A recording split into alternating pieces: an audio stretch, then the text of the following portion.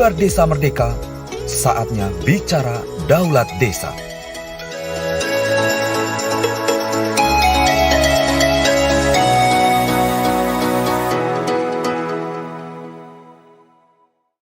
Acara ini didukung oleh Desa Pay, cashless-nya kerabat desa Indonesia, sebuah aplikasi pembayaran online.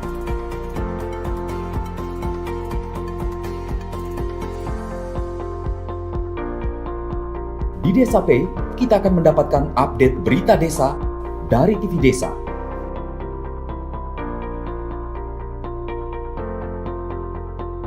Unduh aplikasi Desa Pay segera. Salam bahagia kerabat desa Indonesia. Malam hari ini, malam mingguan kita ada di Mimbar Desa Merdeka. Saatnya bicara Daulat Desa.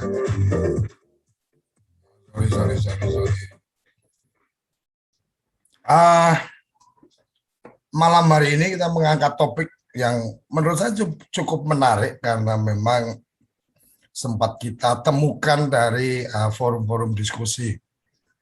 Saya juga sudah berkirim link di channel YouTube, nanti di chatting Zoom juga saya akan kirim untuk kerabat desa bisa memberikan tanggapan atas topik hari ini dan kemudian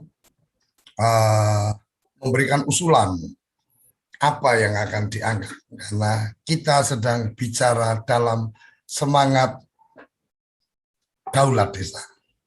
Oke, sudah bergabung Bang Boim dan Kang Itong, Cak Itong, karena dari Jawa Timur sama Sumatera ya dipanggilnya abang sama Cak kan gitu. Nanti kalau dari Jawa Tengah ada yang gabung ya kita panggil Mas. Nah, yang lain-lain aku belum tahu cara sebutnya, mungkin kakak gitu. Oke, arogansi dan intervensi supradesa.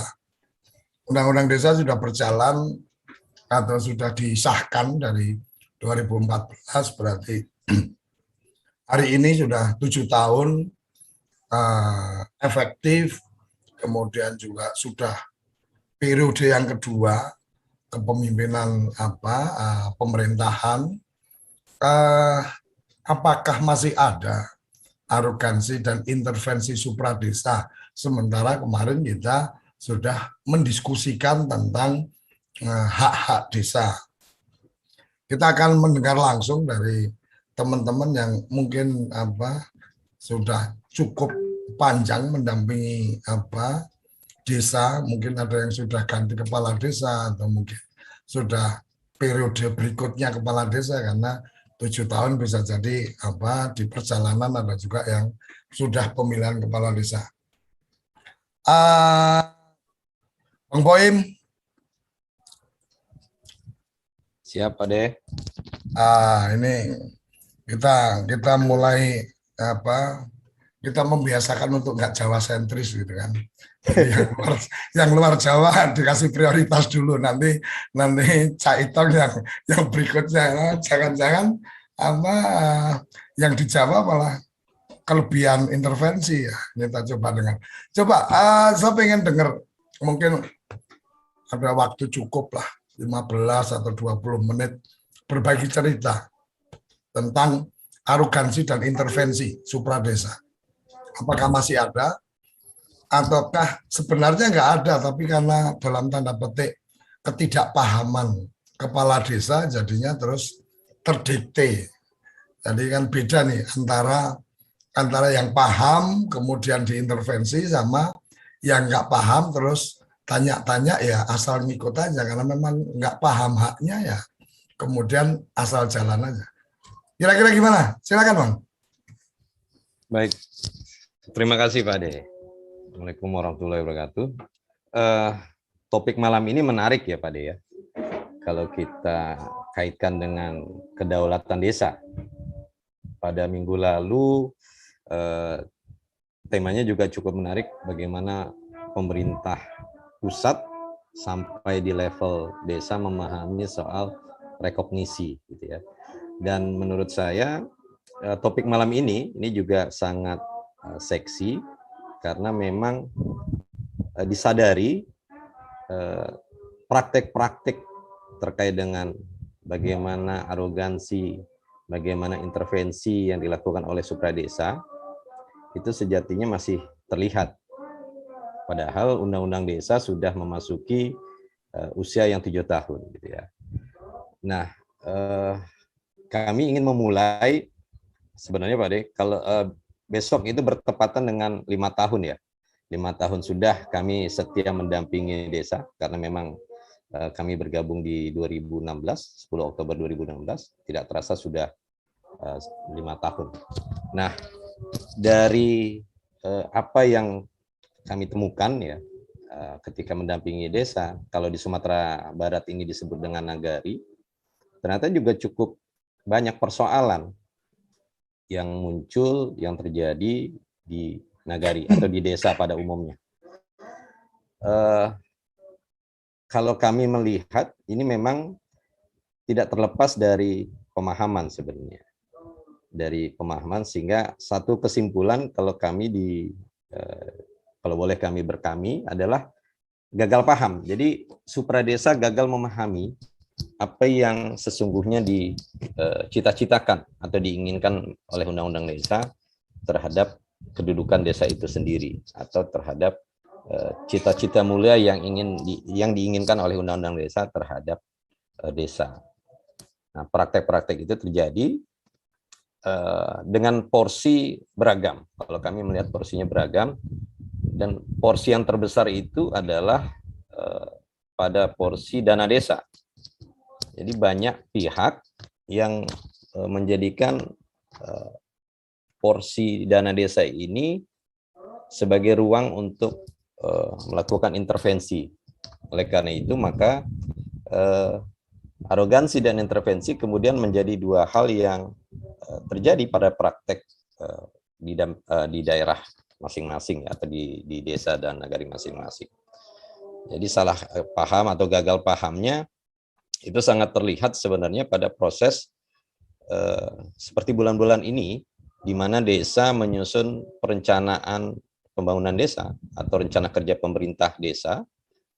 Nah, lebih banyak supradesa itu kemudian mengintervensi melalui program dan kegiatan dengan alih-alih menitipkan program gitu ya, program kegiatan, dan juga sedikit banyak dibumbui ini selaras dengan visi misi kepala daerah misalnya gitu ya. Nah, ini praktek yang terjadi yang kita temukan. Hanya saja sayangnya ini kemudian tidak mendapatkan semacam penguatan apakah memang program dan kegiatan itu sesuai dengan kewenangan desa. Apakah memang program dan kegiatan itu menjadi kebutuhan masyarakat desa? Atau jangan-jangan kebutuhan dan program ini sebenarnya adalah program supradesa yang dititipkan di desa dengan dalih atau alih-alih desa memiliki sumber biaya, sumber pendanaan yang cukup besar, yang cukup banyak, gitu ya. Nah, ini problemnya. Jadi ada ketidakpahaman supradesa dalam memahami dana desa. Kalau kita melihat sebenarnya dana desa ini kan hanya alat ya, alat bantu untuk mencapai atau alat bantu bagi desa untuk mencapai kedaulatan desa itu sendiri. Sesungguhnya yang menjadi persoalan besar hari ini adalah bagaimana desa mampu membangun prakarsanya sendiri berdasarkan sumber-sumber yang ada di desa. Walaupun memang masih banyak juga persoalan yang dihadapi oleh desa pada hari ini. Nah, justru disitulah sesungguhnya peran supradesa melakukan pembinaan, melakukan pendampingan terhadap desa dalam upaya memajukan desa, pemerintah desa, sehingga mereka mampu berdiri di atas kaki sendiri, berdaulat, mengurus dan mengatur dirinya sendiri. Kira-kira itu pada yang menjadi kegelisahan kita terhadap praktek-praktek yang terjadi dalam kurun waktu 5 tahun ya. Kalau kami mungkin baru 5 tahun mendampingi desa, tapi mungkin ada teman-teman yang sudah lebih dari 5 tahun mendampingi desa. Mungkin itu sekedar pengantar kita, Pak De. Yang menjadi pertanyaan saya, gagal paham tentang undang-undang desa ini, itu hanya terjadi di supradesa atau juga di desa itu sendiri, atau elit-elit desa juga gagal paham? Ya, ini juga menjadi pertanyaan yang menarik kalau kita kaitkan dengan otokritik ya, sejauh mana pemerintah desa itu sesungguhnya juga memahami undang-undang desa, amanat undang-undang desa. Dan di beragam daerah, kami juga melihat ini memang tidak sama ya, tidak bisa digeneralisir. Ada desa, perangkat desa, kepala desa yang memahami substansi undang-undang desa itu dengan baik. Ada juga, dan bahkan banyak yang belum. Nah, inilah persoalan sebenarnya. Persoalannya juga justru terjadi di desa itu sendiri.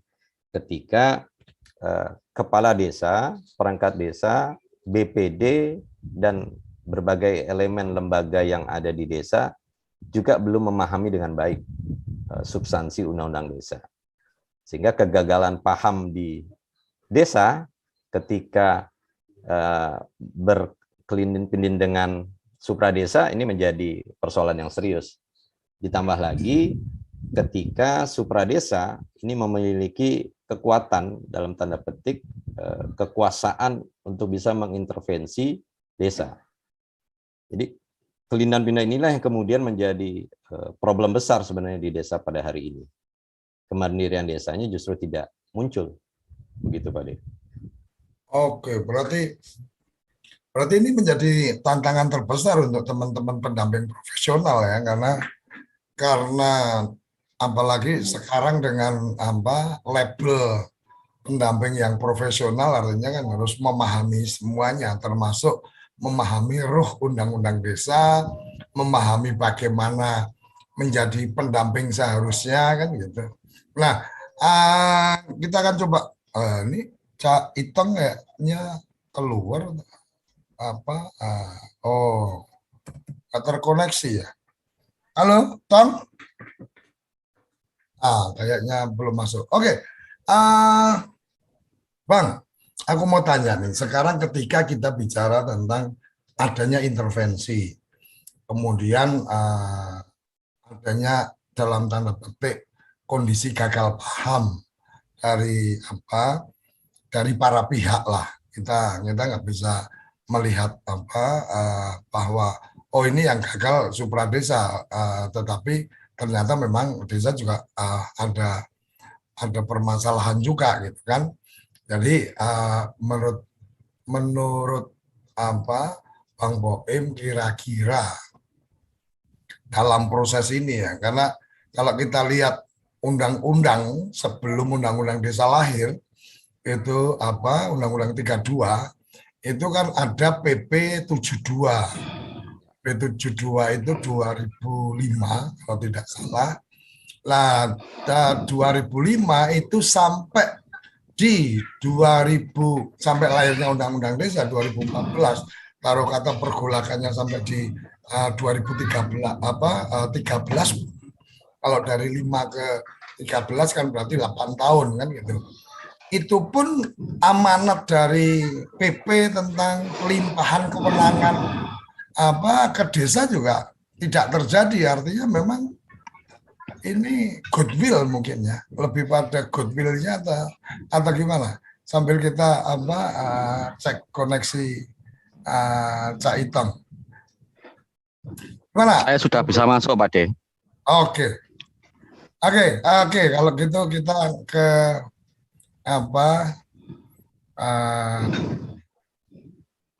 Cak Itong dulu bisa. Jadi kalau di Jawa Timur dipanggilnya Itong, kalau di Jakarta namanya Otong. Silakan, silakan ya. Oke, makasih Pak De. Selamat malam kawan-kawan semuanya. Pada malam ini saya ingin menyampaikan catatan penting selama berproses di pendampingan desa mulai dari zaman P3KMD sampai sekarang.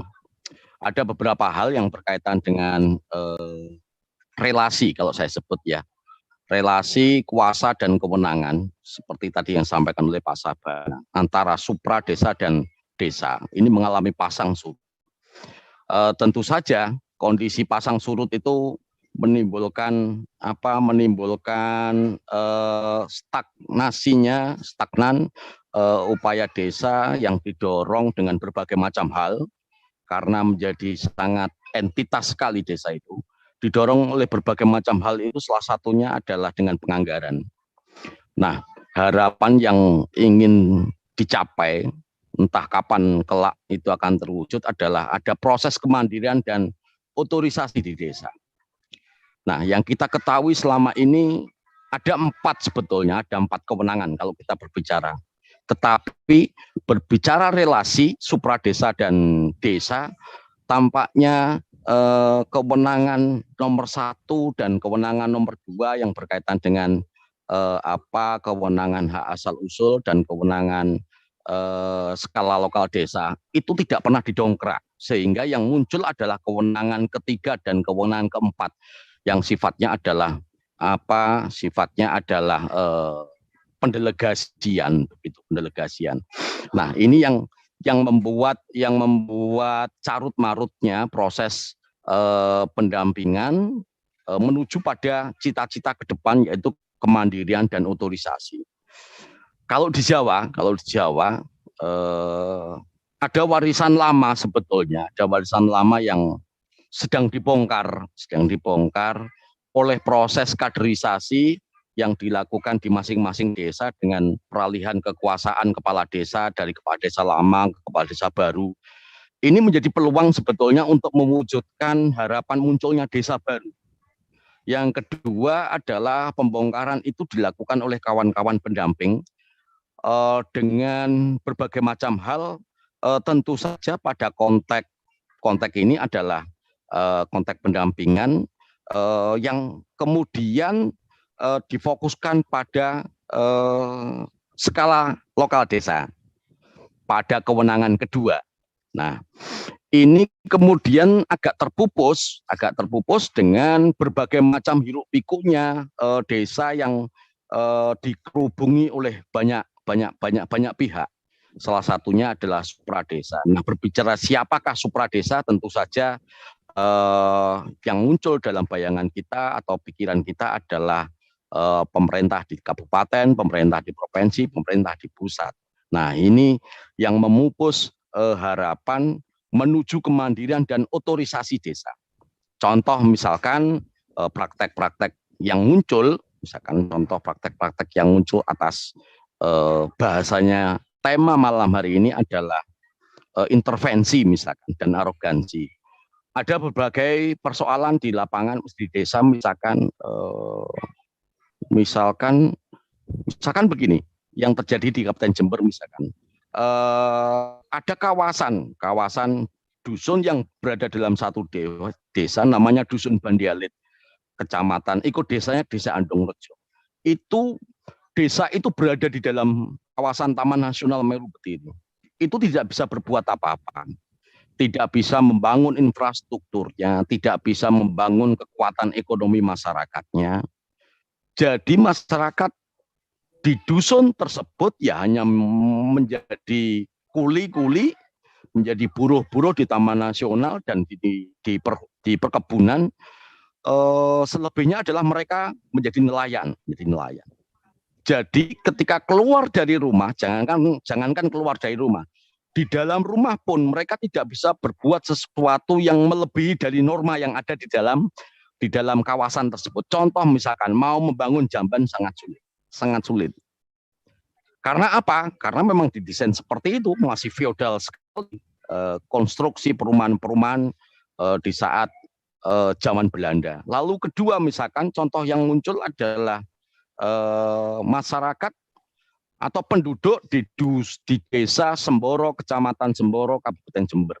Itu berada di kawasan PG Semboro. Nah, itu desa yang berdampingan dengan kawasan PG Semboro, tetapi masyarakatnya ada di dalam kawasan PG Semboro, ada perumahan di sana. Dalam bahasa Jawa biasanya disebut persil, rumah persil. Mereka pun juga tidak bisa berbuat apa-apa. Paling-paling hanya mengecat begitu. Tapi konstruksi rumah tidak bisa kemudian diubah dan apalagi bangun jamban misalnya. Nah, kondisi-kondisi seperti itulah yang kemudian menjadi beban bagi desa untuk kemudian mengembangkan kawasan-kawasan strategis dalam konteks pendidikan dan kesehatan misalnya. Nah, belum lagi kemudian berbicara tentang supradesa yang dengan pemerintah kabupaten misalkan sudah minim anggaran pembinaan seperti yang tadi disampaikan oleh Pak Sabana.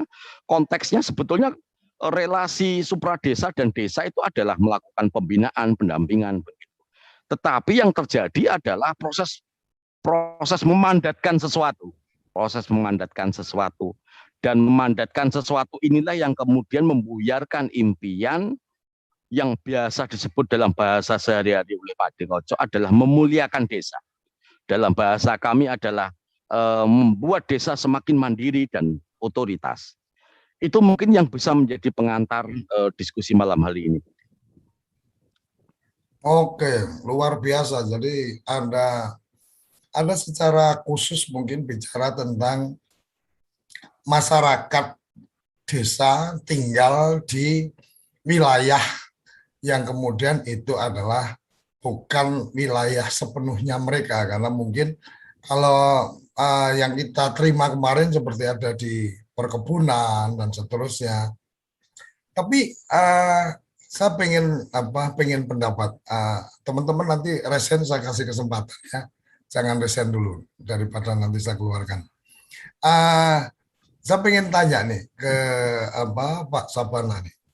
Jadi kenapa kita undang dua ini, karena ada nama panggilan yang berbeda, itu biasanya adalah orang-orang yang memang pergaulannya luas. Jadi kalau sampai orang itu punya nama panggilan khusus, ini pasti orang spesial kan gitu. Jadi Susilo Bambang Yudhoyono dipanggil SBY ya, itu spesial kan gitu. Nah, Pak Sabana, mungkin nanti juga Mas Itong juga bisa menyampaikan, Cak Itong juga bisa menyampaikan di aturan tentang pertanahan. Ketika orang sudah beranak pinak kemudian menempati satu wilayah dalam waktu tertentu, itu kan kemudian bisa dilakukan permohonan untuk menjadi pemilik tanah. Kalau tidak salah ya. Karena pernah juga saya terlibat pembicaraan dengan salah satu teman di gerakan agraria, itu dia bisa berhasil menganeksasi lahan dari perhutani yang memang karena masyarakatnya tinggal di situ.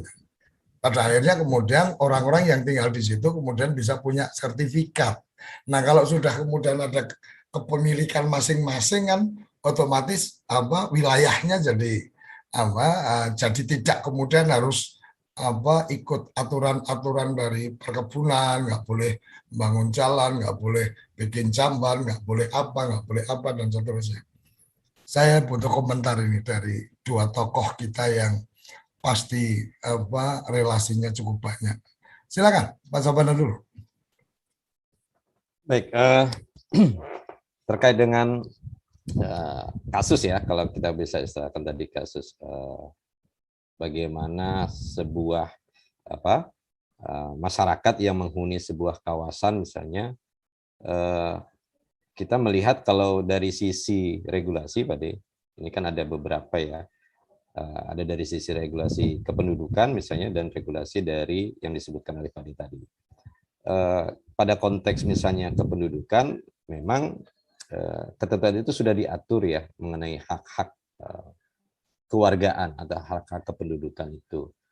Nah, cuma kalau kita kaitkan nanti dengan hak-hak masyarakat dalam kepemilikan aset misalnya terkait dengan wilayah yang sudah ditempati dalam kurun waktu tertentu, ini juga mohon maaf kami juga tidak terlalu mendalami nih Pak De, karena segmennya beda.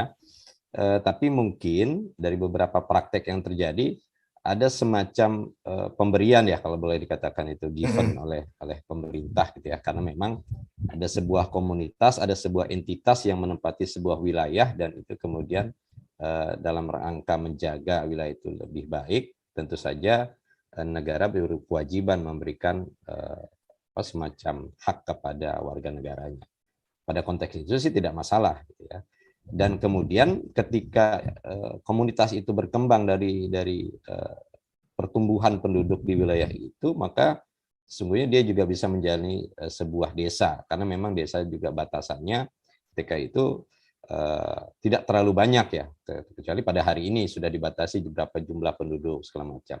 Nanti komunitas itu kemudian juga bisa melekat hak-hak yang bisa diberikan oleh pemerintah. Nah itu kira-kira kalau dari sisi kami memandang. Oke, kita ke Kak Itong nih, karena tadi yang melontarkan dia tentang bagaimana kasus di satu wilayah. Tetapi setidaknya ada dua hal yang saya bisa tangkap tentang gagal paham undang-undang ini, tidak hanya di supradesa, tapi di desa sendiri juga ada yang belum cukup kuat memahami tentang undang-undang desa. Kemudian yang kedua tentang kewilayahan, karena sempat masuk juga ke saya satu cerita tentang bagaimana desa yang ada di perkebunan karena tidak bisa membangun infrastruktur dan seterusnya, tetapi dana desanya masuk gitu kan. Ya, kemudian yang terjadi dana desanya nggak jelas dipakai buat apa gitu kan, tetapi secara pelaporan ternyata aman-aman saja. Ini kan memang bagian dari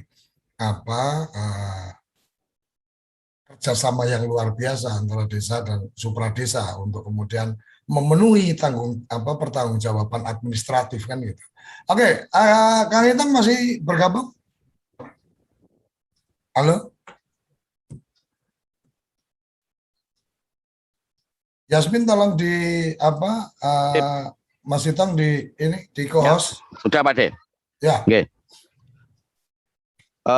Sebetulnya yang disampaikan oleh Pak D yang terakhir berkaitan dengan tanah tadi itu kan dalam konteks undang-undang desa dia berada di dalam kewenangan yang berkaitan dengan kewenangan asal-usul. Jadi kewenangan asal-usul salah satunya adalah desa diperkenankan untuk mengatur dan mengurus tanah desa atau tanah wilayah atau adat desa.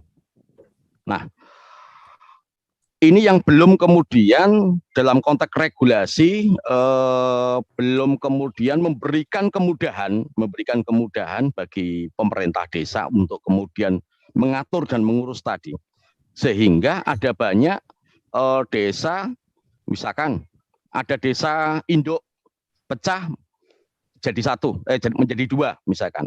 Nah, tanah desa di desa yang nomor 2 itu ada yang kemudian berada di desa nomor 1.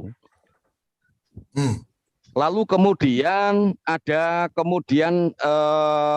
tanah ulayat yang itu justru posisinya berada di desa yang lain, ya, sama dengan yang tadi saya sampaikan.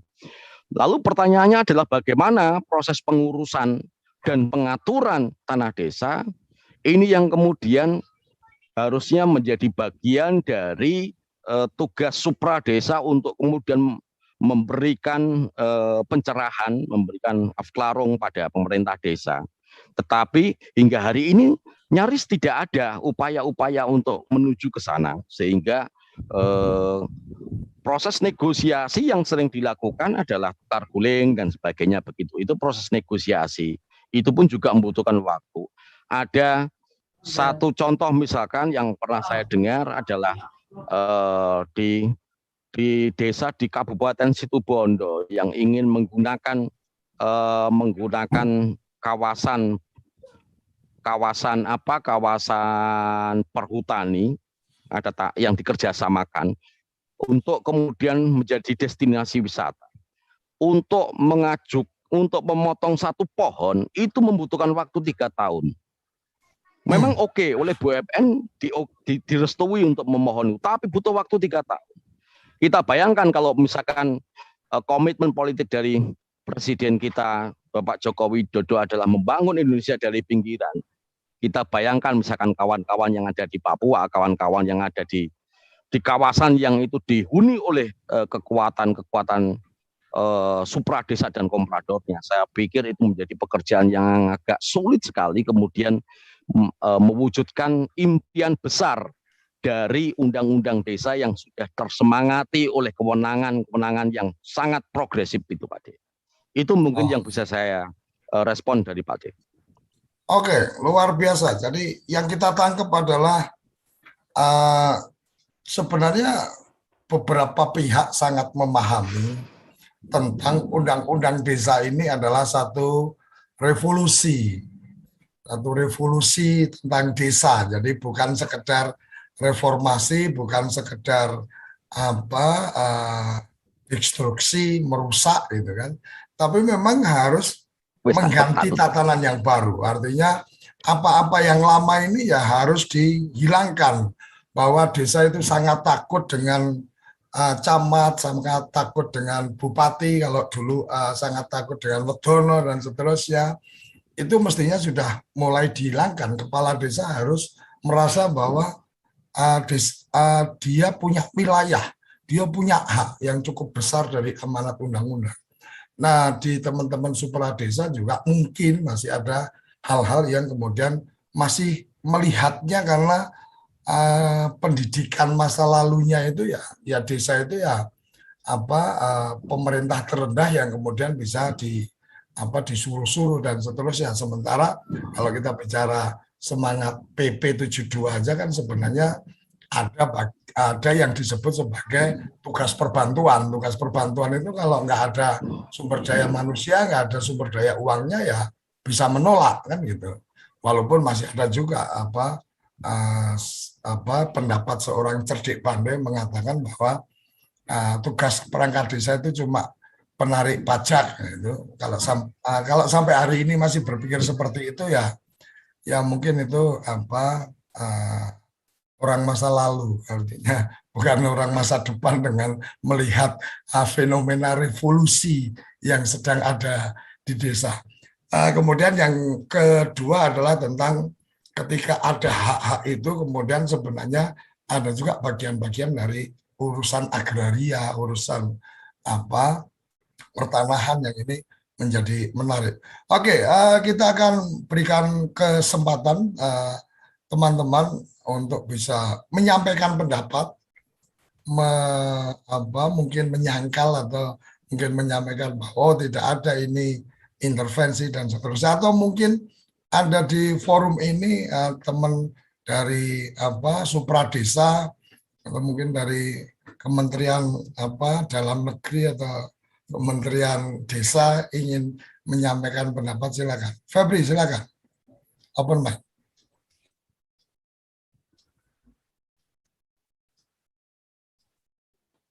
Silakan open mic. Halo, Assalamualaikum. Waalaikumsalam. Ya, saya fokus tadi apa yang sudah disampaikan oleh teman-teman. Kecenderungan sekarang yang ada di tingkat desa itu adalah intervensi dan arogansi dari supra desa yang sangat tinggi. Kalau saya menilai bahwa hal ini disebabkan oleh belum adanya implementasi terhadap undang-undang desa yang diperkuat dengan peraturan daerah ataupun peraturan bupati yang mengatur tentang kewenangan desa itu sendiri. Sehingga terkadang desa mau tidak mau, suka tidak suka harus melaksanakan apa saja yang diarahkan oleh, dalam hal ini oleh pemerintah daerah sebagai dinas teknis yang mengatur tentang desa. Nah, ini yang sebenarnya menjadi satu dorongan buat kita semua, terutama bagi TPP, bagaimana mendorong pemerintah daerah untuk segera mengeluarkan regulasi daerah ataupun peraturan dalam bentuk peraturan bupati ataupun peraturan daerah yang mengatur tentang kewenangan desa. Karena hingga hari ini, khusus di wilayah dampingan saya, itu peraturan bupati yang mengatur tentang kewenangan desa sendiri itu belum keluar. Sehingga berbagai macam cara yang dilakukan pada saat proses perencanaan, itu banyak sekali sisipan-sisipan program yang notabene adalah merupakan program pemerintah daerah. Jadi saya fokus pada bagaimana upaya kita untuk segera menerbitkan peraturan daerah ataupun peraturan bupati yang mengatur tentang kewenangan desa sendiri. Sehingga desa benar-benar merdeka sebagaimana yang diamanatkan oleh Undang-Undang Nomor 6 Tahun 2014. Jadi gitu aja Pak De. Terima kasih. Assalamualaikum warahmatullahi wabarakatuh. Artinya ada kelambatan dari supra desa di tingkat kabupaten yang memang amanat dari undang-undang kan memang pembinaan pemerintahan ada di pemerintah kabupaten ya, pemerintah daerah. Iya. Berarti ada kelambatan di situ. Iya, itu yang menjadi faktor-faktor utama sehingga intervensi itu sangat tinggi. Desa tidak benar-benar belum mampu untuk memberikan keleluasaan kepada desa untuk mengembangkan potensi yang ada di desa sesuai dengan kewenangannya. Seperti itu, Pak De. Oke, luar biasa. Terima kasih. Jadi ini menurut saya menarik untuk kemudian kita cermati bahwa kemudian tantangan. Nah, ini menjadi tantangan dari teman-teman pendamping profesional, terutama untuk yang di tingkat kabupaten. Bagaimana kemudian bisa mengintervensi atau bisa mengedukasi teman-teman di kabupaten untuk segera mendorong lahirnya peraturan daerah yang mengatur tentang bagaimana pemberian kewenangan, bagaimana kemudian guidance untuk desa ini sesuai dengan amanat undang-undang desa. Jadi Febri tadi kayaknya hanya memberikan pendapat, jadi nanti direspon sambil kalau ada pertanyaan untuk pematik diskusi kita. Oke, Mas Nyoto, silakan open mic.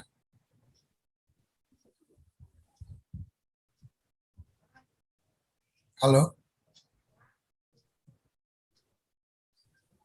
Mas Nyoto, silakan. Oke, Assalamualaikum warahmatullahi wabarakatuh. Waalaikumsalam. Selamat malam, semoga Tuhan bersama kita. Sahabat desa yang saya hormati, terlepas dari carut marutnya regulasi, tentu kita sebagai pendamping harus bisa menelaah dan kenali dari permasalahan itu sendiri. Ini kan yang menjadi persoalan adalah kewenangan hak asal usul dan kewenangan lokal berskala desa. Ini pengalaman saya dan tim kami di Kecamatan Bahar Selatan pada saat itu di 2015 kami mencoba melihat dari Permendes nomor 1 tahun 2015, kenapa sih kabupaten itu tidak segera menerbitkan perbub tentang kewenangan? Karena dasar kewenangan itu adalah harusnya muncul dari desa. PR kita adalah menginventarisasi mana yang kewenangan berskala lokal desa dan mana yang dikategorikan hak asal usul.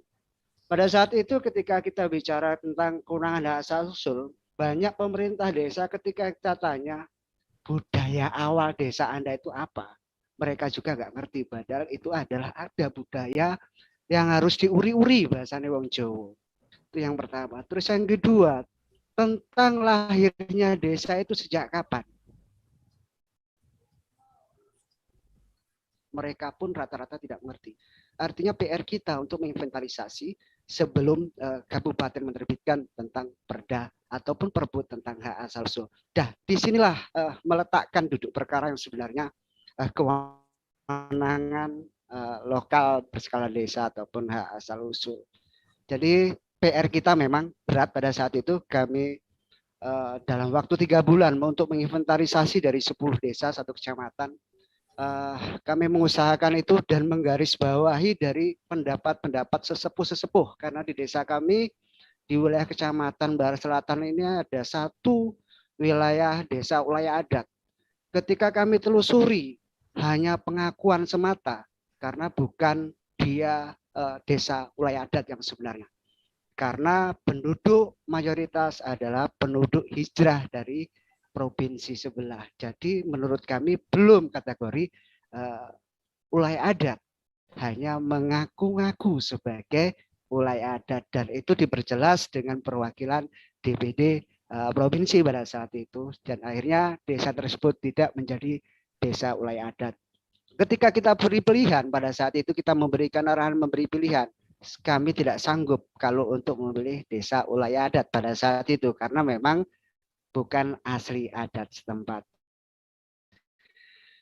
Jadi intinya rekan-rekan semua, PR kita bersama. Kalau kami sudah menginventarisasi dan alhamdulillah di tahun 2016 sudah terbitlah Perpu tentang kewenangan lokal desa. Jadi kategori intervensi ataupun titipan-titipan program dari kabupaten, alhamdulillah di tempat kami tidak ada, karena murni kewenangan berdasarkan musyawarah yang harus kita pacu terus. Karena apa? Penguatan kelembagaan itu sangat penting karena kita harus membedakan lembaga dan kelembagaan. Ketika itu tidak berhasil, berarti kita harus menciptakan manajemen konflik dengan dasar regulasi yang benar. Insya Allah dengan jalan itu program-program titipan tidak akan mencampuri kewenangan desa. Mungkin itu Gus Koco. Oke, terima kasih.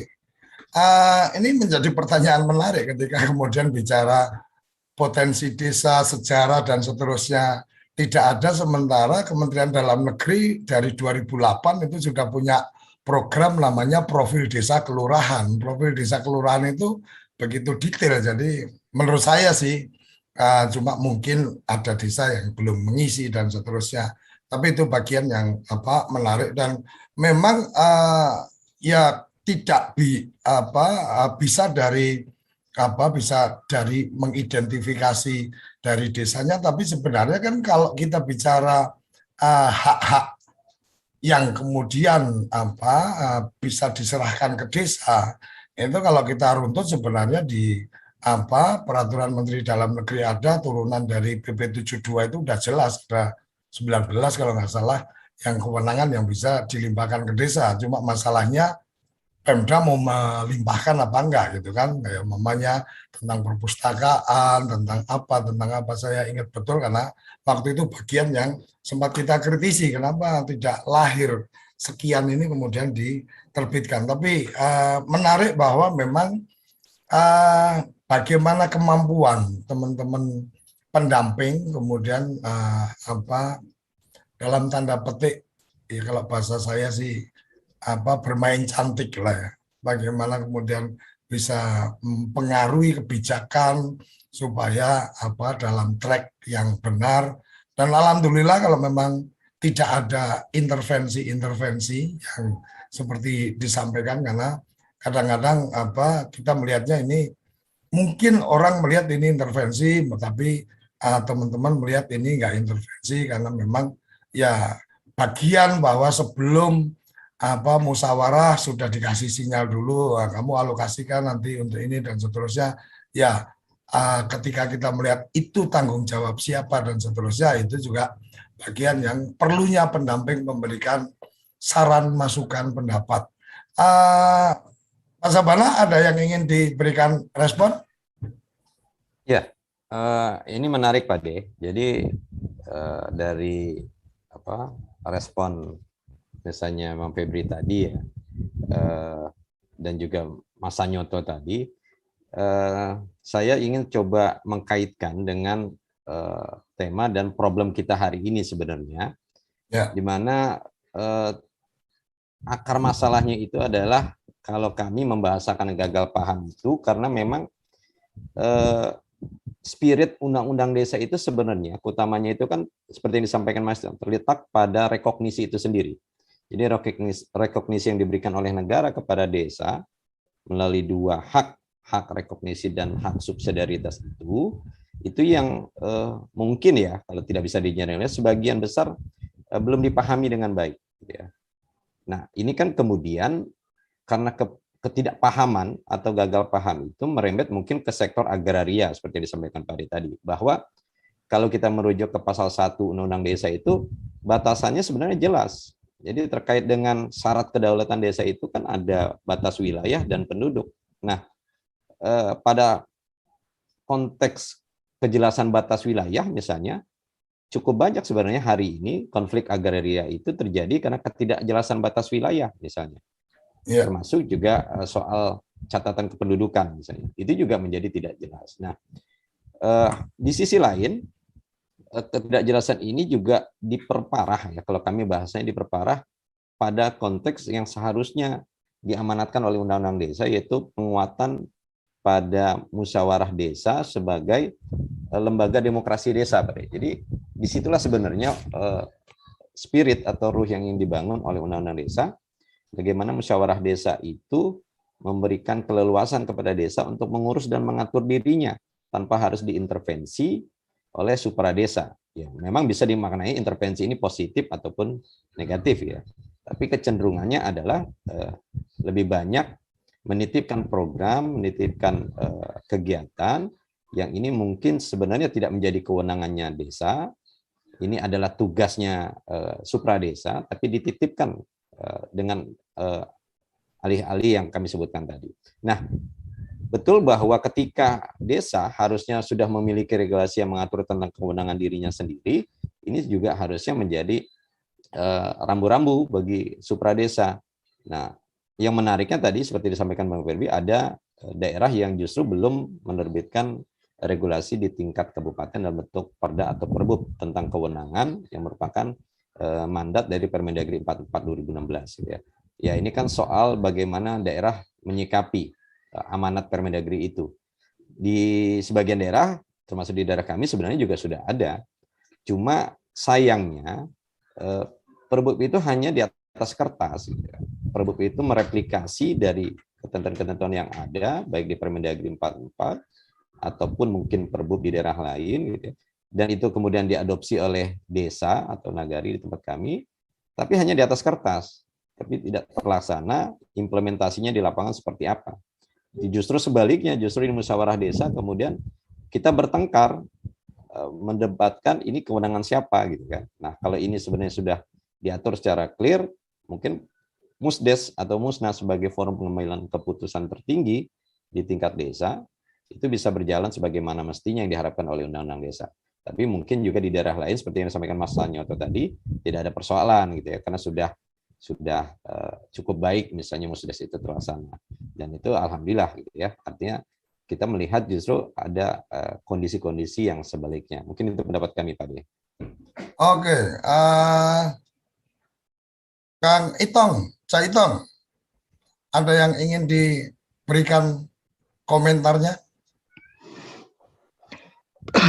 Ya, mungkin ini dulu mungkin ya, berbicara intervensi atau arogansi dalam tema malam hari ini perlu kita identifikasi sebetulnya bentuk-bentuk arogansi supra desa itu seperti apa sih gitu ya. Yang kedua adalah bentuk-bentuk intervensi supra desa itu seperti apa sih gitu ya. Sehingga peraturan bupati yang berkaitan dengan kewenangan hingga kemudian diturunkan menjadi peraturan desa menjadi kewenangan itu bisa menjadi tameng. Nah, namun lepas dari itu semuanya ada goodwill lah, harus ada goodwill atau kebijakan atau niat baik dari pemerintah supra desa untuk kemudian juga mengerem peranan mereka sendiri, gitu.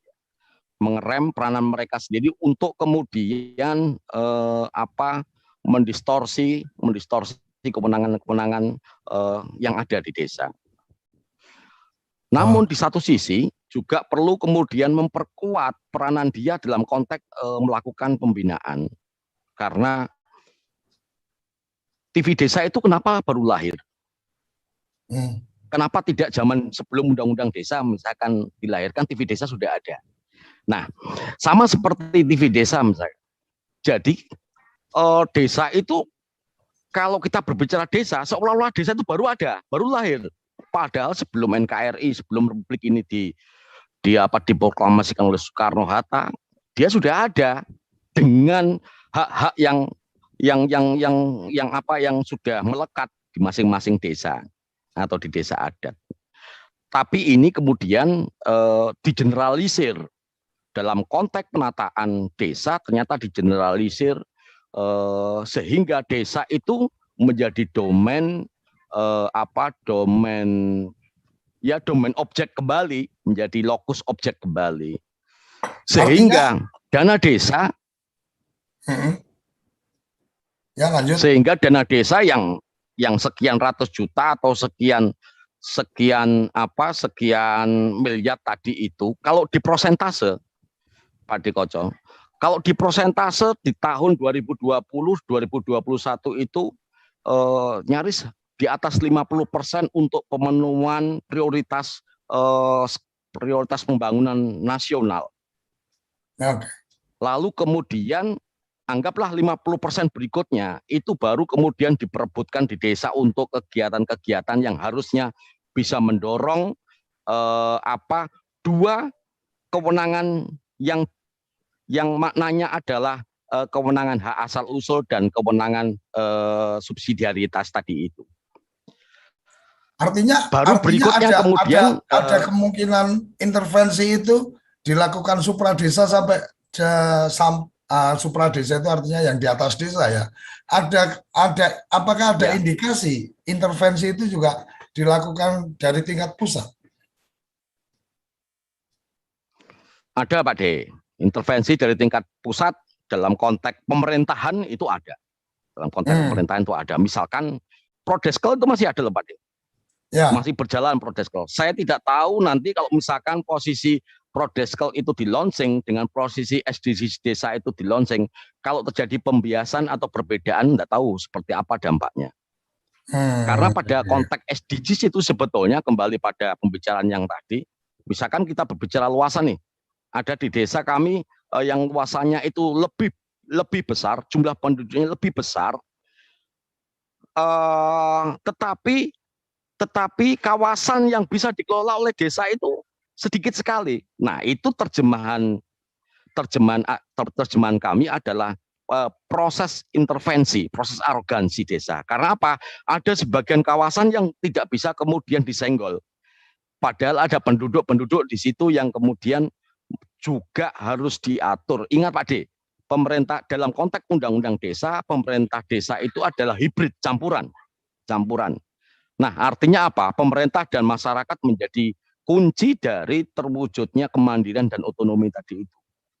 Jadi kalau ada kawan-kawan yang memang tidak ada persoalan dengan atau tidak dirasakan intervensi itu, mungkin ada pola pendekatan pola pendekatan dalam melakukan identifikasi itu yang perlu kemudian dilakukan. Itu Pak D. Oke, malam ini saya melihat ada teman dari Abdesi juga. Nah, ini, tadi kayaknya ada Abdesi ya. Mungkin sudah take out, tapi saya berharap ada dari ini Pak Sugeng masih ada ini dari Bina Pemdes. Mas Sugeng berkenan open mic, open video. Ini menarik ini untuk kemudian untuk kemudian mendengar ini ada intervensi arogansi supradesa dan mungkin sampai di tingkat pusat itu juga intervensinya agak berlebihan mungkin. Ini kita juga pengen dengar juga ini dari Pak Sugeng dari Bina Pemdes, terutama yang kita rasakan betul kan tentang ketika kemudian ada alasan ada kondisi COVID ini harus sekian persen, harus ini dan seterusnya.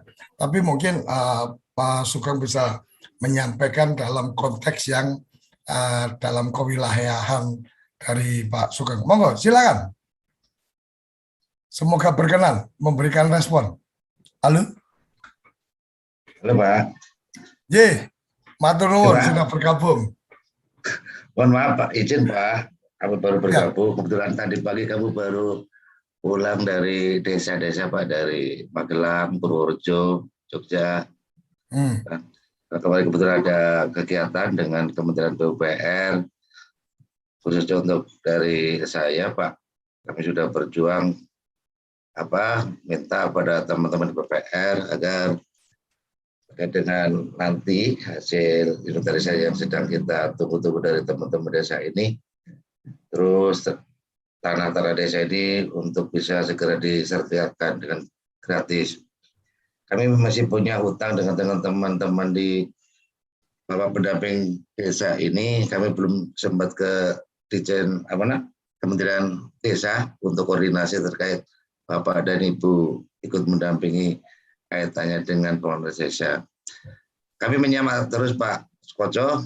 Sementara kami mundur dulu Pak, kami menyimak Pak. Ah, Bisa yang pas tadi kan bisa masuk Pak Simon ini pas ini tadi Pak kegiatan ini. tapi setidaknya Pak Sugeng sekarang sedang mendorong untuk inventarisasi aset desa ya, untuk memulai itu menjadi bagian yang penting yang sedang dilakukan. Betul Pak, seperti kemarin disampaikan Pak Sudir juga, kenapa nih Pemda belum mengembalikan tanah-tanah desa, karena memang bahkan sampai ada satu Pemda itu untuk bentar revisi kaitannya dengan Undang-Undang 6 2014 supaya jangan tidak mengembalikan aset yang telah dipakai Pak untuk SD Puskesmas itu. Dan kami terus terang aja di revisi Permendagri, mudah-mudahan ini beberapa minggu ke depan ini sudah selesai Permendagri kami revisinya, dan nanti saya minta ke Pak Koco untuk kita sama-sama diskusi kalau udah ditekan Pak Menteri itu revisinya apa isinya, kita diskusikan. Sementara demikian Pak. Terima kasih Mas Sugeng sudah berkenan gabung. Ada tadi yang dari Abdesi kayaknya sudah nggak ada, tapi ada kepala desa Kades ini, Pak Kades Karya Mukti. Silakan, mungkin bisa memberikan informasi. Silakan. Oke, Pak Kades boleh open mic.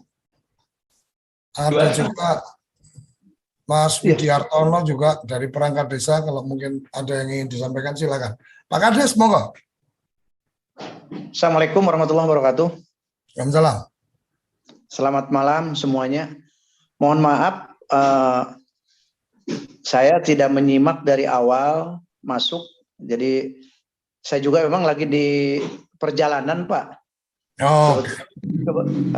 Jadi kebetulan hanya saya tadi menyimak hanya sepintas untuk pembicaraan daripada yang saya tangkap jadi saya tidak dari awal gitu, karena tadi nggak ngeh karena kebetulan ada tamu, dan juga saya lagi di posisi di Majalengka sekarang, di rumahnya saudara saya malah.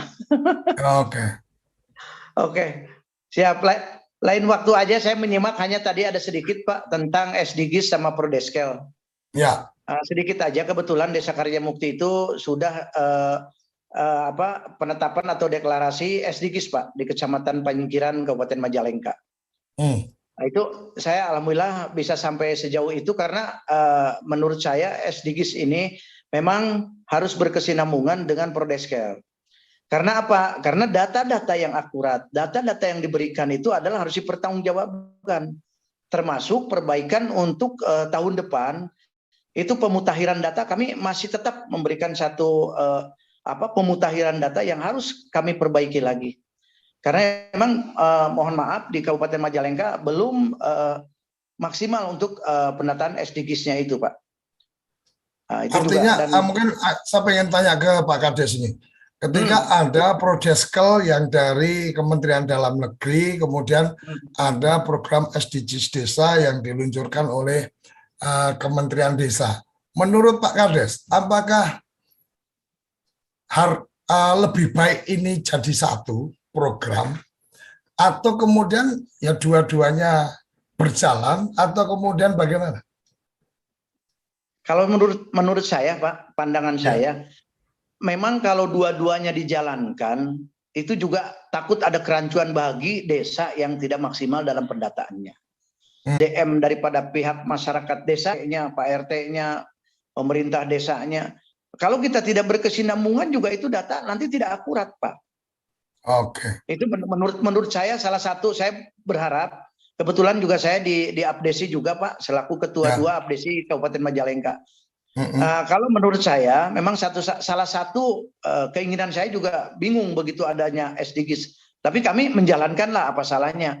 Karena memang sudah datanya dari Prodeskel juga sudah bisa udah ada gambaran daripada Prodeskel maupun SDGs. Cuman salah satu lebih baik satu saja yang diambil. Itu harapannya gitu, Pak.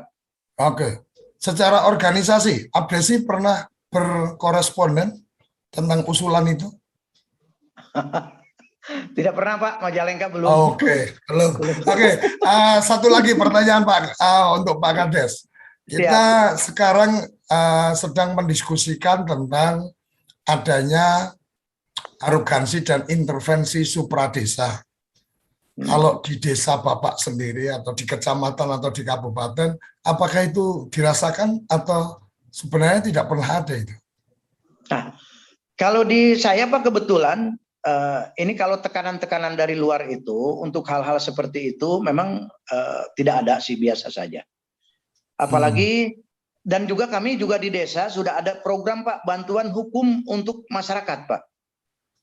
Jadi ada kami dibuka di desa ini udah dari 2017 begitu saya dilantik atau jadi kepala desa, saya mempunyai program satu Sadarkum untuk pemerintah atau untuk kawasan di Desa Karya Mukti. Jadi ada satu ruangan khusus di situ ada tentang informasi hukum dan juga bisa untuk akses hukum yang lain, apalagi dengan tekanan-tekanan dari pihak yang lain, mungkin dari pihak-pihak LSM atau yang lain mungkin masih ada.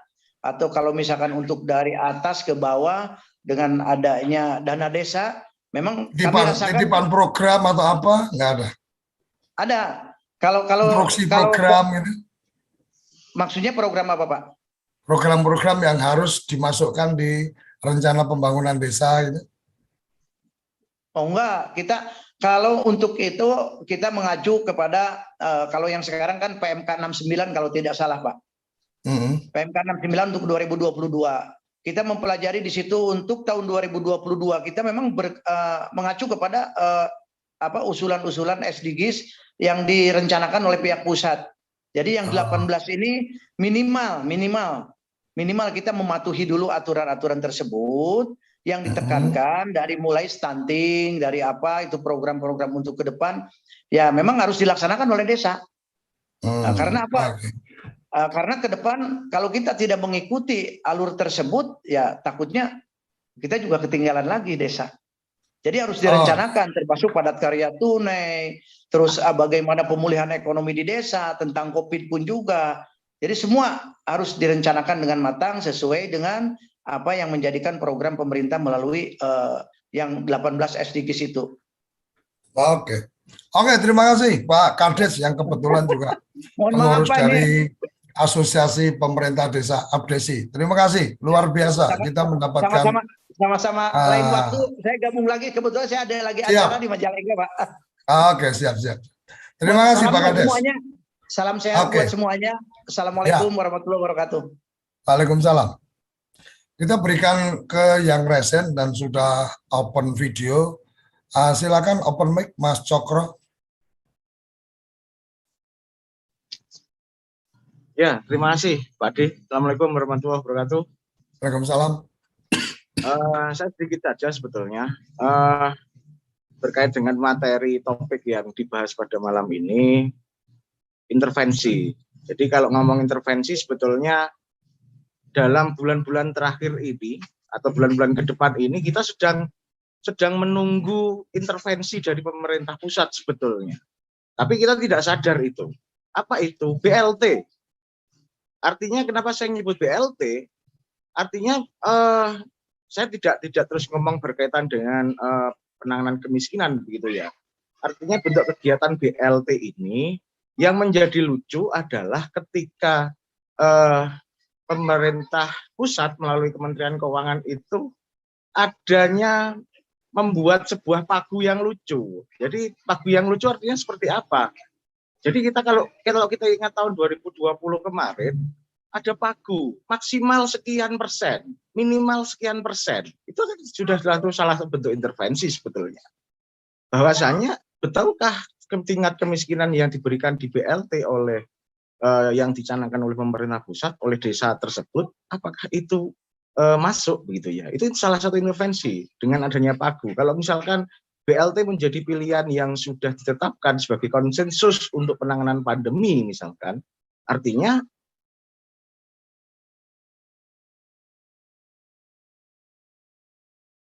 tidak perlu. Terus juga saya dengar juga dari beberapa kabupaten ada intervensi kabupaten. Apa itu? Salah satu bentuk proses penyalurannya harus melalui bank ini, bank daerah, transfer, pilihan tunai atau cashless dan lain sebagainya. Dan ada lagi yang berbentuk harus sudah kalau mau dicairkan BLT harus vaksin dulu dan sebagainya. Nah, Ini kan salah satu bentuk intervensi sebetulnya.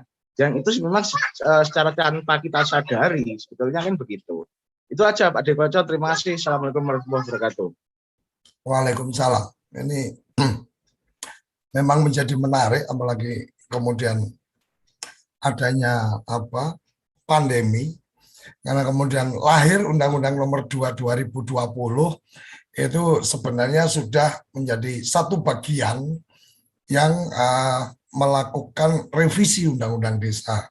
Makanya kemarin ketika saya sempat dikirim salah satu teman bahwa ini usulan revisi kedua, saya bilang, lah kalau revisi kedua revisinya udah 2 kali.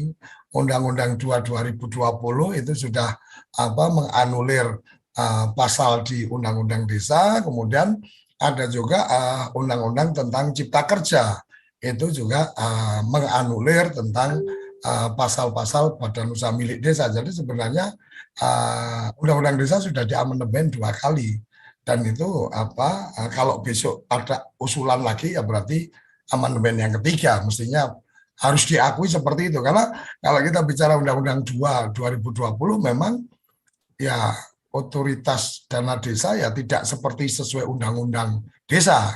Ini pemahaman saya bahwa penamaannya tetap Undang-Undang Desa dan seterusnya, itu bagian yang lain. Dan menarik tadi disampaikan tentang sebenarnya sudah tanpa disadari memang sedang menunggu intervensi gitu kan. Minimal berapa, maksimal berapa, harus berapa, itu kan mestinya yang menentukan ya dari desa sendiri, karena mungkin ada desa yang begitu sehat lingkungannya sehingga ada bagian-bagian yang kalau mau diharuskan mengalokasikan sekian persen dan seterusnya malah kebingungan harus dipakai buat apa dan seterusnya. Oke, kita akan berikan kesempatan berikutnya yang sudah resen dan sudah open video. Arfan silakan open mic.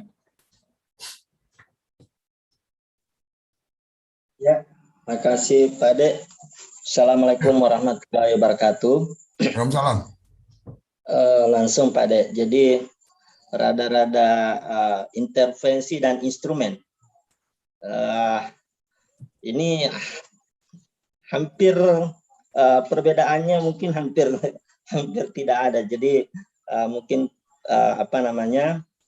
bagi saya adalah letaknya di situ. Jadi kita harus mengenali, harus mengidentifikasi apakah ini instrumen atau intervensi.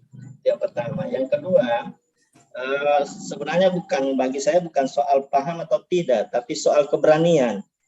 Soal keberanian itu yang menjadi problem juga. Mereka paham, tapi karena tidak berani itu juga yang menjadi tantangan bagi pendamping. Yang berikut, udah desanya nggak berani, pendampingnya nggak ngajak untuk berani kan gitu. Karena orang takut itu obatnya nggak ada kecuali ditemani kan gitu. Iya.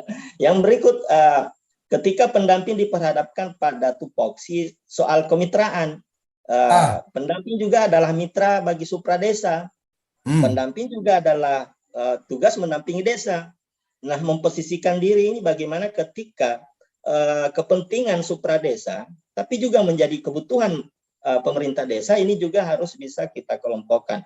Saya jujur Pak, boleh saya share, ini pengalaman di 2 tahun terakhir ini kan pandemi COVID. Pandemi COVID ini mempengaruhi dana transfer ke daerah. Dana transfer ke daerah itu otomatis berkurangnya juga ADD, dana perimbangan ke desa. Akibatnya, kegiatan-kegiatan yang tadinya didanai oleh anggaran ADD itu hilang Pak De, sehingga dana desa ini menjadi incaran. Nah, bagaimana kita pendamping harus mengkanter itu, harus memotong itu, padahal sesungguhnya ini juga kebutuhan desa, tapi bukan kebutuhan masyarakat. Nah, ini juga jadi problem. Jujur sampai berhadapan dengan bupatinya, dengan apa. Tapi itulah dinamika pendamping Pak De. Mungkin hanya itu Pak De. Oke, luar biasa. Jadi instrumen atau intervensi ya ini sesuatu yang harus kita cermati, dan yang menarik tadi adalah butuh keberanian dan butuh pendamping yang memang super. Jadi kalau di rumah tangga itu pendamping suami itu adalah istri, maka sebenarnya yang dibutuhkan oleh desa adalah superwoman, jadi supermom, jadi ibu-ibu yang super, yang kemudian apapun bisa mampu diselesaikan dan seterusnya. Oke, luar biasa. Ini malam ini jadi koleksi koleksi tantangan untuk pendamping ini kayaknya. Jadi kita mengundang teman-teman pendamping profesional untuk bicara, malah jadinya lahir banyak tantangan ini untuk teman-teman pendamping. Oke, ada Dani, silakan. Safri Dani, open mic. Posisi kameranya bisa dibikin rebah. Iya. Assalamualaikum warahmatullahi wabarakatuh. Salam. Ya. Iya. Ya, assalamualaikum warahmatullahi wabarakatuh. Pak Deko dan rekan-rekan pendamping desa di mana saja berada. Saya berada saat ini di Kota Ambon. Sejauh ini saya masih perlu banyak menyimak ya terkait dengan permasalahan dari desa, termasuk bagaimana kinerja para pendamping desa ini bisa saya berikan sebenarnya. Sejauh ini saya butuh menyimak dulu, karena peran saya sebelumnya ini kan reporter penyiar TVRI. Jadi lebih banyak menulis terkait dengan beragam berita, bukan cuma dari desa. Kalau permasalahan di desa kami ini, sampai sejauh ini yang utama adalah proses pelantikan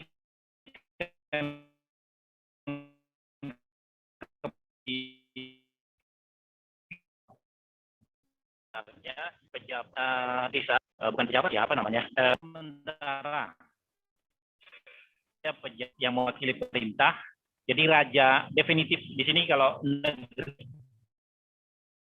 di kami ini disebut negeri adat, dan itu ada rajanya, harusnya ada rajanya. Tapi sejauh ini pelantikan raja masih tarik ulur karena proses bukan yang merasa bahwa mereka lebih berhak menjadi raja. Walaupun sudah ada proses, sudah dijalankan proses pemilihan yang walaupun kalau secara lazimnya raja di negeri kami ini itu dipilih bukan berdasarkan vote, tapi berdasarkan penunjukan dari mata rumah. Mata rumah itu adalah marga atau PAM. Yang kalau di Maluku ini PAM itu ya marga yang merupakan penduduk asli atau penduduk pertama yang datang di wilayah ini. Kemudian ada 4 mata rumah atau PAM asli yang berhak untuk dipilih menjadi kepala desa atau raja dimaksud. Nah, ini sudah lama, udah berapa belas tahun ini belum final. Sampai hari ini belum final. Belum final kepala desanya atau rajanya. Ini masih menunggu keputusan dari wali kota untuk melakukan pelantikan. Cuma karena masih ada proses di pengadilan, jadi belum fix. Jadi tidak banyak yang bisa saya ceritakan terkait dengan desa kami. Demikian yang bisa saya sampaikan. Assalamualaikum warahmatullahi wabarakatuh. Waalaikumsalam. Oke, ini salah satu yang kemudian kita bisa tangkap tentang ada bagian tentang desa adat dan seterusnya itu yang mungkin secara tata aturannya atau keputusan perda itu yang belum dibuat mungkin, tetapi yang jelas memang bagian-bagian tentang tata cara pemilihan kepala desa, kalau memang itu desa adat memang tetap harus dihormati, ada bagian-bagian itu. Cuma memang di undang-undang desa memang amanatnya bagian tentang bagian tentang desa adat ini memang harus ada penetapan dari pemerintah daerah. Jadi ini bagian yang lain. Jadi oke, terima kasih masukannya. Kita mencoba, Kamal bisa di posisi kameranya ya, karena waktu kita terbatas. Saya kasih kesempatan untuk Kamal sama Asep, habis itu kita berikan kesempatan pada narasumber kita. Silakan, Kamal. Terima kasih Pak Dekoco. Selamat malam, salam sehat semuanya. Ya.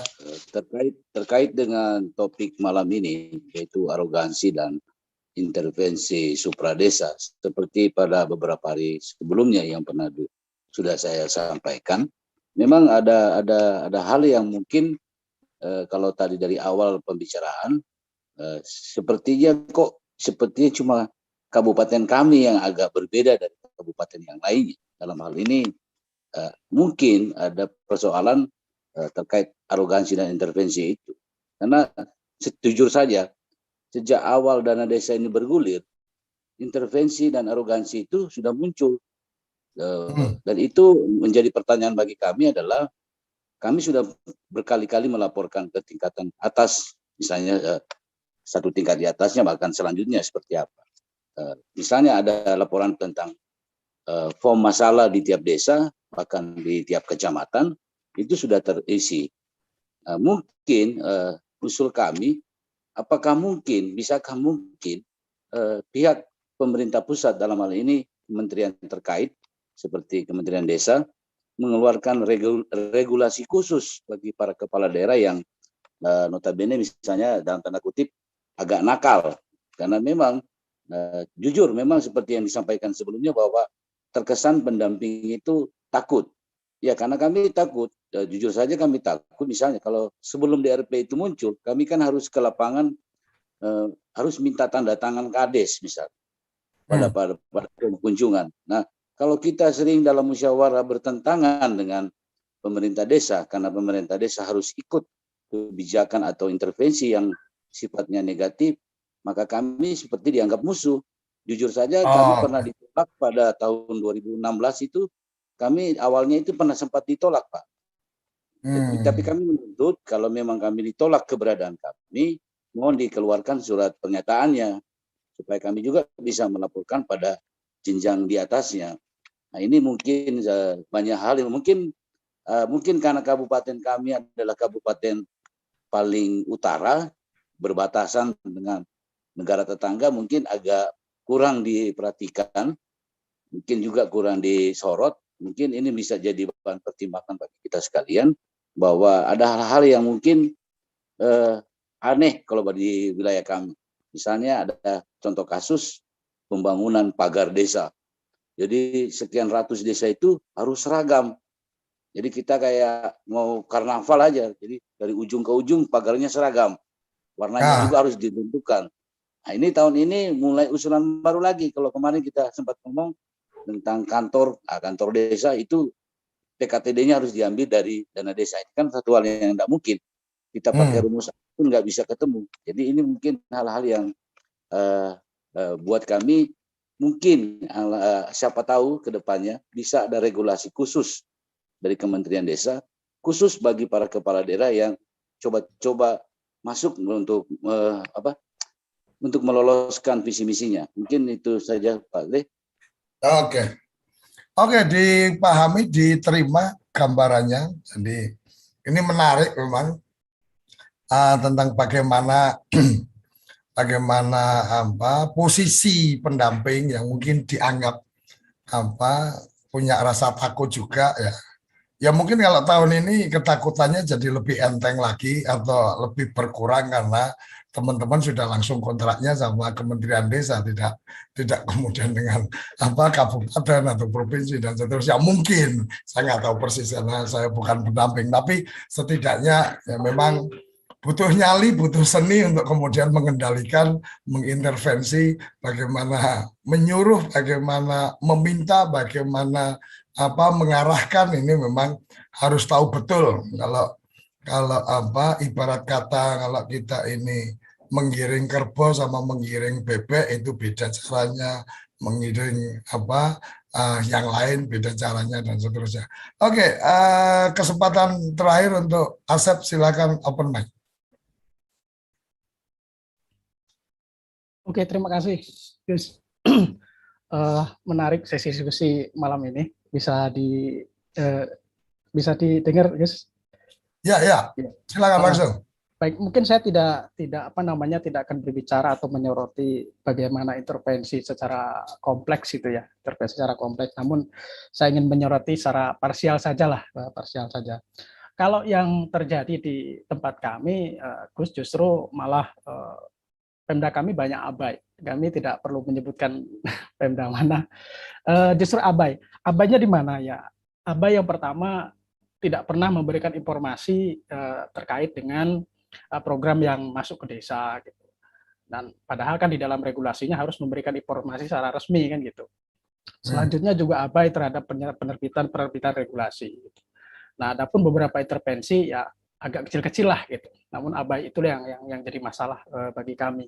Nah, yang kedua menarik menyoroti ada hal lain tadi yang disuguhkan dalam diskusi ini, seperti misalnya keinginan penyatuan data dari Kemendes maupun Kemendagri. Nah, kebetulan saya juga kan sering membantu para operator prodeskel di desa. Jadi saya memahami bagaimana kendala-kendala mereka. Nah, sebenarnya ini kan juga tidak bisa dihapuskan begitu saja terkait prodeskel ini, karena yang pertama, kalau kita lihat Perpres nomor 11 tahun 2012 tentang tugas, fungsi, dan kewenangan dari Kemendagri, karena memang Mendagri memang punya kewenangan di sini kan itu kan untuk mengevaluasi perkembangan desa. Nah, evaluasi perkembangan desa itu instrumennya salah satunya Prodeskel, kemudian ada FDeskel. Nah, ini juga ini terkait ke Permendagri 81 2015 ya tentang evaluasi dan kelurahan. Dan hasil dari Prodeskel itu juga terkait ke pelaksanaan Permendagri 84 2015 tentang SOPK, di mana untuk mengangkat KAUR dan KAKSI ada 33, ada 22, itu kan juga terkait dengan pelaksanaan SOPK, dan itu instrumennya juga Prodeskel, karena Prodeskel itu hasilnya nanti ada klasifikasi desa, swasembada, swakarya, swadaya. Kemudian selanjutnya adalah ada kategori desa. Nah, kategori ini mula, madya, lanjut kan gitu. Nah, ada 6 indikator utama di dalam Prodeskel itu. Nah, ini juga tidak bisa, ini yang menurut saya tidak bisa dihapuskan karena memang ada Perpres yang memayungi itu menjadi kewenangan Kemendagri, kemudian ada pelaksanaan dari Permendagri yang merupakan titah dari Kepres kan gitu, Perpres. Nah, selanjutnya yang hal lain ini mungkin agak harus disambungkan ini Gus. Kemarin saya pada sesi diskusi sebelumnya melalui Zoom meeting disampaikan, cuman nggak nyambung, mungkin nanti melalui Gus Kocok itu minta disampaikan terkait dengan pelaksanaan PKTD. Ini kan juga salah satu bentuk intervensi juga gitu kan. Namun saya tidak ingin menyoroti intervensinya, tapi ingin menyoroti teknisnya gitu, teknisnya. Nah, teknis terkait pelaksanaan PKTD di desa yang mensyaratkan 50% upah dari kegiatan PKTD. Nah, ini seringkali hanya menjadi syarat sehingga banyak desa yang membuat kegiatan PKTD yang PKTD di dalamnya hanya misal 5 juta, 10 juta, 30 juta paling banter. Artinya kan kalau 50% dari itu kan hanya kecil, hanya sedikit. Nah, kalau kita terapkan di kegiatan infrastruktur, ya infrastruktur yang tidak bisa masuk 50%, ini kan nggak bisa. Ya, secara teknis kan nggak bisa. Nah, kalau menurut saya ada 2 hal yang dalam PKTD, pelaksanaan PKTD ini. Yang pertama adalah penerapan upah 30% untuk kegiatan infrastruktur yang tidak bisa upahnya dipaksakan 50%, dan kemudian 50% untuk kegiatan-kegiatan yang bisa sifatnya dilaksanakan upahnya sebesar 50%, misalnya rehabilitasi dan lain-lain. Nah, kalau diakumulasikan yang 30% ini justru lebih besar kalau saya evaluasi dari tahun-tahun sebelumnya, justru lebih besar upah dari yang penerapan 30% ini yang diterapkan di desa itu untuk kegiatan PKTD untuk serapan tenaga kerjanya daripada 50%, karena satu desa cuma menganggarkan 5 juta, 10 juta, 30 juta, untuk apa kan nggak ada hubungan, nggak ada ke pengentasan kemiskinannya. Jadi ya mungkin itu menurut saya, Gus. Dan terkait satu lagi mungkin yang terakhir, terkadang ada ya Pemda melalui OPD terkait menambah-nambah syarat kalau pencairan dana desa gitu kan, misalnya harus bentuk ini, bentuk itu gitu. Nah, itu mungkin itu Gus yang bisa saya sampaikan. Terima kasih. Ini menjadi menarik. Semoga Pak Sugeng masih mengikuti, setidaknya mendengarkan bagaimana cerita, keluh kesah dan seterusnya. Tapi tentang data sebelum nanti, karena waktu kita juga sudah hampir habis, nanti closing statement sekaligus memberikan komentar tentang data yang Pak Kades tadi berharap cukup 1 data dan seterusnya. Kalau tadi disebutkan ada perpres atau mungkin perpres yang memang mengatur itu dan seterusnya. Yang paling baru adalah tentang perpres dari 39 2019 itu 1 data. Sorry Mas Widi karena tadi saya panggil nggak segera masuk, jadi waktu kita udah mau habis. 1 data, jadi tentang peraturan presiden, 1 data Indonesia, sebenarnya itu bisa menjadi pijakan untuk kemudian bagaimana integrasi data antara kementerian-kementerian yang ada, karena jelas sekali di situ disebutkan tentang peraturan presiden tentang 1 data Indonesia, bahwa kemudian ada semangat untuk kemudian pengaturan untuk adanya 1 data sebagai sumber. Nah ini mungkin bisa menjadi catatan yang menarik. Tapi oke, karena waktu kita juga sudah hampir di penghujung, saya berharap Mas Sugeng bisa ikut menyampaikan atau men-share channel atau tayangan malam ini ke teman-teman di Kementerian Dalam Negeri. Siapa tahu minggu depan Mimbar Desa Merdeka hadir dari Kementerian Desa dan Kementerian Dalam Negeri. Akan sangat membantu, apalagi bisa ada Kementerian Keuangan. Oke, Pak Sabana yang sudah senyum-senyum dari tadi, silahkan memberikan tanggapan seperlunya dan kemudian closing statement. Saya mohon maaf Mas Widi karena tadi sudah saya berikan kesempatan untuk open mic. Pak Sabana silahkan memberikan tanggapan dan closing statement untuk acara kita ini. Silakan. Baik, terima kasih Pak De. Justru menariknya dari apa yang disampaikan oleh teman-teman tadi, terlihat sebenarnya adanya arogansi dan intervensi. Kalau kami menilai ini seperti fenomena gunung es ini Pak De. Banyak sekali terjadi, tapi yang muncul ke permukaan itu sedikit. Ya mungkin karena berbagai alasan dan pertimbangan ya. Yang menariknya justru ada kekhawatiran, ketakutan, bahkan mungkin ketidaktahuan bahwa mereka diintervensi, bahwa supradesa melakukan arogansi. Nah, bagi kami memang itu juga jadi tantangan. Kalau kami pribadi, sebenarnya kalau kita kaitkan dengan tugas pokok dan fungsi, sebenarnya ada beberapa kegiatan ya, ataupun beberapa fungsi. Pertama ini terkait dengan fasilitasi. Bagaimana kita bisa memfasilitasi supradesa dan desa itu sendiri untuk bisa memahami substansi undang-undang desa, untuk memahami kewenangan desa dan tugas pokok fungsi supradesa. Lalu ada kewenangan lain atau fungsi lain yaitu advokasi misalnya. Dan terakhir pendampingan.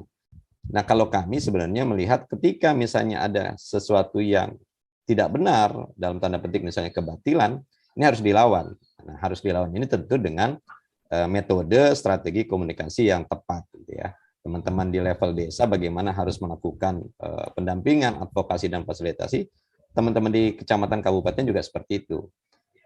Kita selalu berprinsip walaupun langit runtuh itu yang kebenaran atau hukum harus ditegakkan misalnya. Tapi tentu dengan cara-cara yang elegan sehingga tidak ada yang mungkin merasa tersakiti gitu ya, atau yang merasa terzalimi, atau mungkin perlawanan-perlawanan itu dianggap sebagai sebuah tindakan yang di luar batas gitu ya.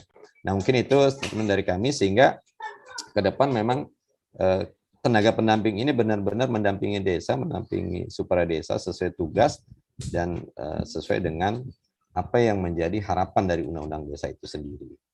Mungkin itu Pak De. Oke, luar biasa. Cak Itong, silakan berikan respon, berikan closing statement. Ya, sudah teridentifikasi sebetulnya ya, beberapa intervensi-intervensi yang kita diskusikan. Tentunya intervensi itu membutuhkan instrumen sehingga target dari intervensi itu bisa tercapai. Jadi jika diibaratkan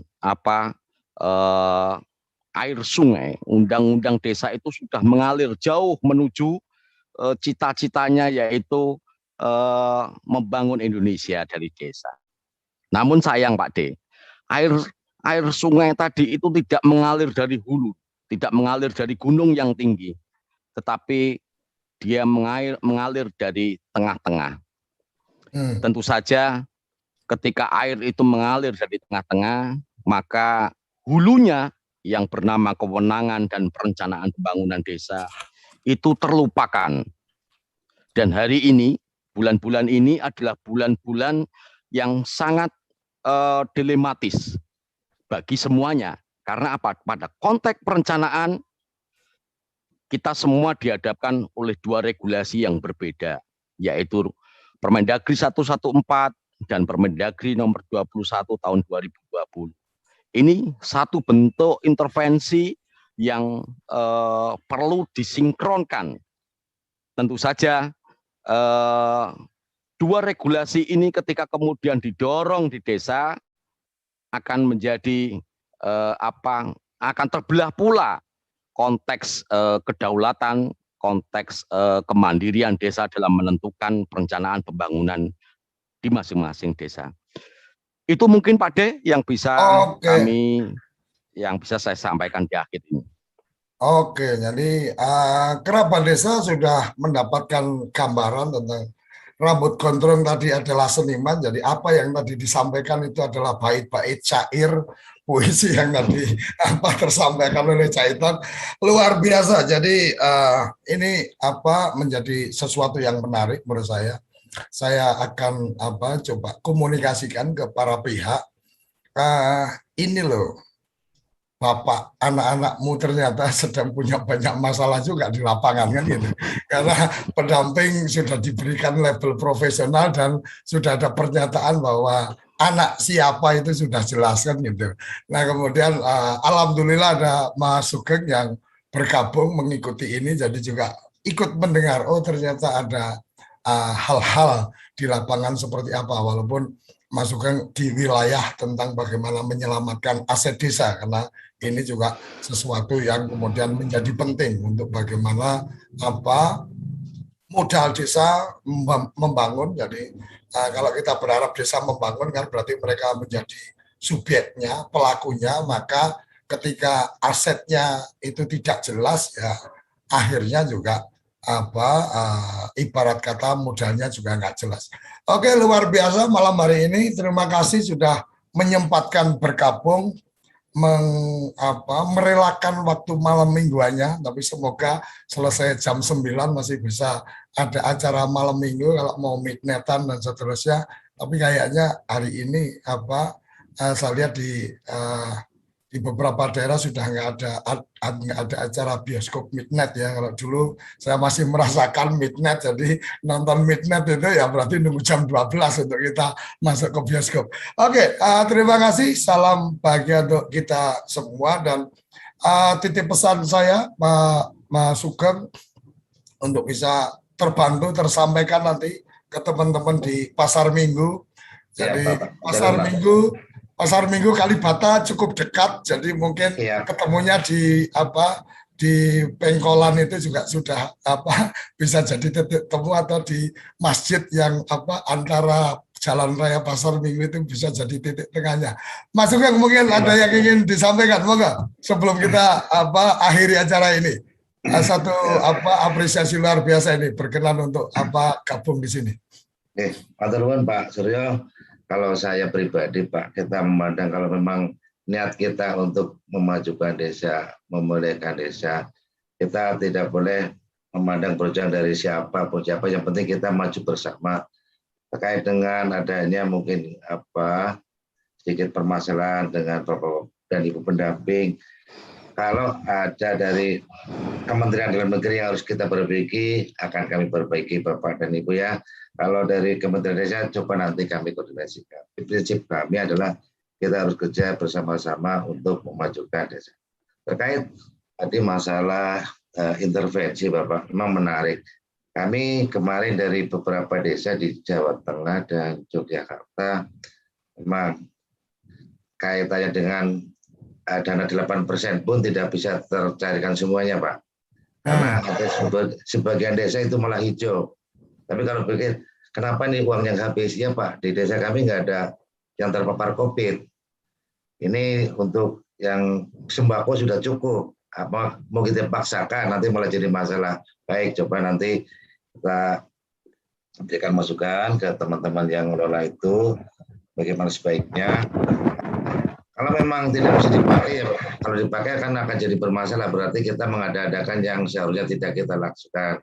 Oke, nanti bisa ya untuk tahun berikutnya untuk kegiatan yang lebih baik lagi. Terkait dengan aset desa tadi sampaikan Pak Suryo, kami nanti mohon bantuan sekali dengan Bapak dan Ibu khususnya dengan TV Desa ini nanti ke depan kita harus ada gerakan yang sifatnya masif dari pusat sampai ke desa. Karena terkait dengan surat kami pun tanggapannya masih beragam, Pak. Dari hasil evaluasi BPKP kemarin masih memprihatinkan pada hari ini akhir tahun. Kalau tahun ini belum kita bisa merapikan, mungkin kita akan lanjut tahun depan. Mudah-mudahan COVID ini akan segera mereda dan tentunya juga akan merubah sikap pola hidup kita ke depan, Pak. Nggak seperti biasa lagi. Itu udah pasti. Salam buat Bapak dan Ibu pendamping desa. Salam sehat semua. Mohon maaf nanti kita mungkin lebih banyak diskusi, Bapak. Kami mohon diri. Oke. Assalamualaikum warahmatullahi wabarakatuh. Oke, terima kasih. Jadi teman-teman semoga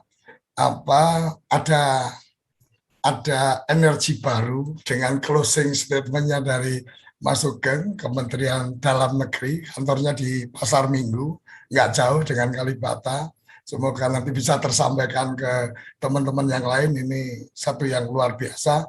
Dan untuk BPKP, alhamdulillah TV Desa sudah ada pembicaraan awal dengan salah satu kantor perwakilan untuk kemudian siap melakukan pendidikan teknis tentang Siskudes versi terbaru sedang disusun karena harusnya 2 hari penuh, tapi saya bilang nggak bisa kalau di TV Desa 2 hari penuh nggak bisa. Tapi kalau dibagi 2 jam berapa hari boleh kita selenggarakan dan sedang diagendakan jadwalnya. Semoga segera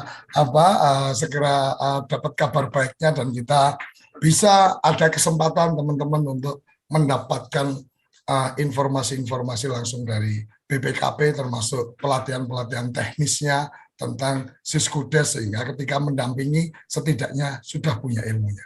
Oke, terima kasih dan Mas Sugeng, saya pastikan TV Desa semangatnya adalah memuliakan desa-desa di Indonesia, desaisme. Jadi pasti ketika memang teman-teman ingin membuat gerakan bagaimana menyelamatkan aset desa, TV Desa menjadi media yang sangat siap untuk membantu dan insya Allah data jaringan, data relasi-relasi kita juga sudah cukup banyak dari absensi, dari polling dan seterusnya sehingga kami bisa share informasi-informasinya dengan lebih cepat. Ini salah satu manfaat kenapa ada COVID ini, jadi menjadi lebih gampang kita punya jaringan. Terima kasih, sampai di sini malam mingguan kita dalam Mimbar Desa Merdeka, saatnya bicara Daulat Desa. Sampai di sini, sampai berjumpa minggu depan. Salam bahagia kerabat desa Indonesia, salam desaisme. Terima kasih.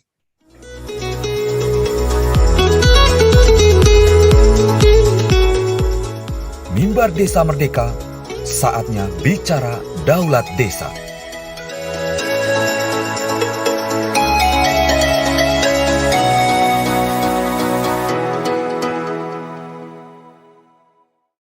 Acara ini didukung oleh Desa Pay, cashless-nya kerabat desa Indonesia, sebuah aplikasi pembayaran online.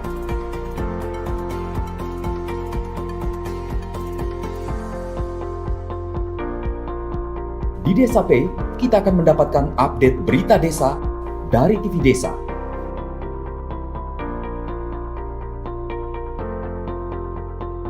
Unduh aplikasi Desa Pay segera.